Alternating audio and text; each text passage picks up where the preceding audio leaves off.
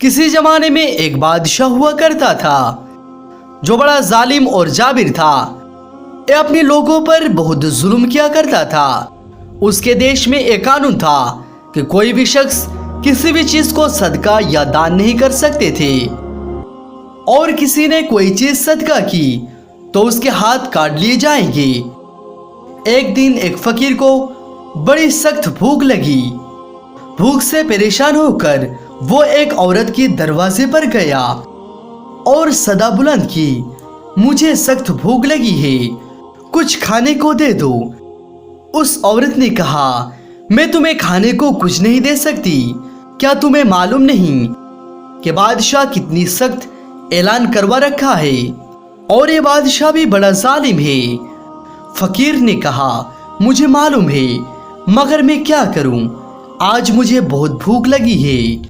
फिर उस फकीर ने औरत के मिन्नतें करना शुरू कर दी, हत्ता कि उस औरत का दिल नरम हो गया।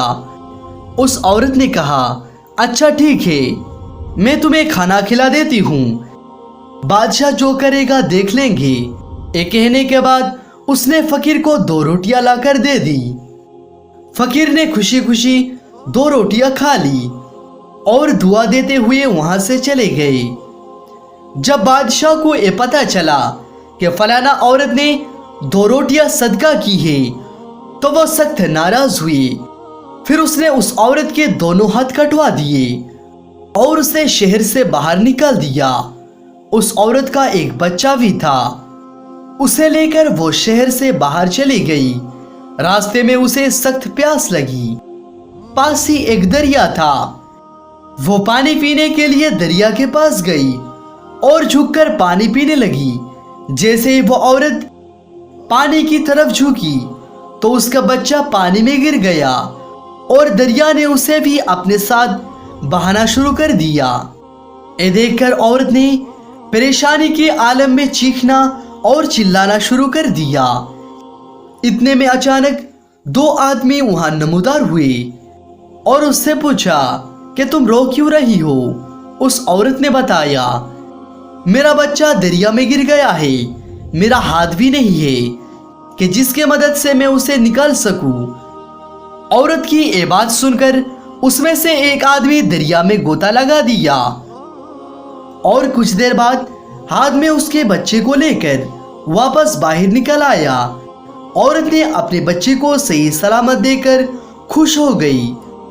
अब दूसरे शख्स की बारी थी। उसने अपने मुंह में कुछ पड़कर उसके जिस्म पर दम किया, जिसके उससे दोनों हाथ दुरुस्त हो गए। अब वो औरत और भी ज्यादा खुश हो गई और उसने पूछने लगी, ए अल्लाह के नेक बंदो, आप लोग कौन हैं? उन्होंने कहा, क्या तूने हमें पहचाना नहीं? औरत ने कहा, नहीं। उन्होंने कहा, हम तुम्हारी वो 2 रोटियां हैं जो तूने अल्लाह ताला की राह में सदका की थी, जिनकी वजह से तू मुसीबत में मुब्तला हुआ। आज उन्हीं की वजह से तुझे मुसीबत से भी निजात मिल गई। सुभान अल्लाह। जब जालिम बादशाह को इल्म हुआ तो उसने कहा, बेशक अल्लाह ताला ने उन रोटियों को फरिश्ते बना दिया और फरिश्ते बनाकर उसकी मदद के लिए भेज दिया। फिर उस बादशाह ने अपने शहर में ऐलान करवा दिया कि आज के बाद जो कोई भी सदका या खैरात करना चाहे जरूर करे।